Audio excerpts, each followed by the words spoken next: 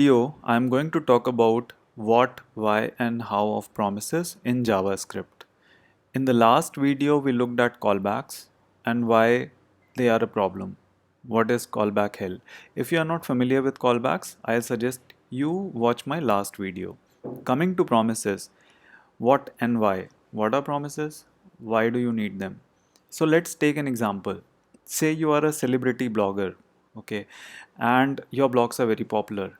So people are waiting for your next blog very eagerly, and they keep on asking you, tell us when are you going to post the new blog and share the content. So what you tell them is, at this point I'm not very sure, but I promise that as soon as something works out, I'm going to share a notification with you all. Cool, right? So you are actually making a promise of something which is going to happen in future. To fulfill that promise, you're going to ask people to share their email addresses with you, so that once you are done, you can shoot out an email and tell them your blog is ready. That's what a promise is in the real world, right? You're promising something. In JavaScript also, a promise is something similar. Say you have some code which fetches data from the database. It takes some time to do that. So you make it an asynchronous call. Okay, thing is that once it's done, you want to know what was the outcome, whether it was successful or not. And that's where promise comes into picture. So a promise works as a placeholder for an async function outcome, right? How do you define a promise? We define a promise object like this. I'm going to write out the code. So we say new promise, and we'll see what all it has. So if you see the syntax, right, promise, you have an executor function which takes two parameters, resolve, reject. Okay, so that's what we are going to do. So promise, and we are going to have some function here, and this will be our executor function. And like you saw in the syntax, this has two parameters, resolve and reject. Now these two parameters are provided by the, actually predefined by the JavaScript engine, so you don't have to do anything with this. What happens is, suppose you have some operation like db call. After that, once the db call is done, and if it's successful, you are going to call resolve. Okay, resolve can be anything like success. Let's keep it simple. And if there is an error, you're going to call reject. Reject is normally having some error message in it. So usually we define it like this: new error. That's the expectation.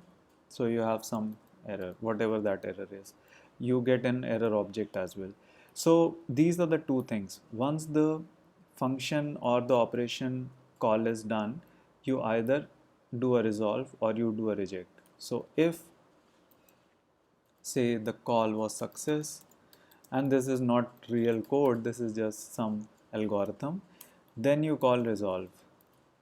Okay, and if resolve gets called, then that's it, you won't be calling reject. But if resolve is not called, then reject is called. Okay, so that's what a promise is. Now this object that you see here, this is an object, promise object, and this has two properties associated with it, right? So a promise has two properties. One is the state and one is the value. So if you look here, I've written some piece of comment, right? So if the code is success, fine. Promise object has state and result. State can be pending, fulfilled, or rejected. Now when we initially define, this is in pending state. If it's success, then it's like fulfilled state. If it's rejected, then it's rejected state. And the value that you get can be undefined when you initially define it. Value if it's successful, so you will get something like value here. Okay, and if it's rejected, then you will get an error. So these are predefined things associated with the promise. It has two things, state and value. Just remember this.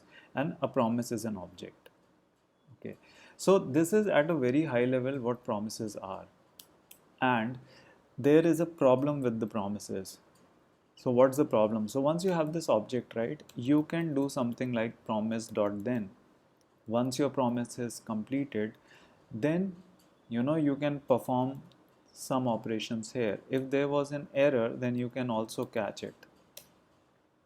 You can catch the error. Now, thing is that there can be a chain of promises. So I'm not going into details here because I just want to keep things simple. But you can have a chain of promises also. Dot then. A lot of thens can happen, and finally you can have a catch also.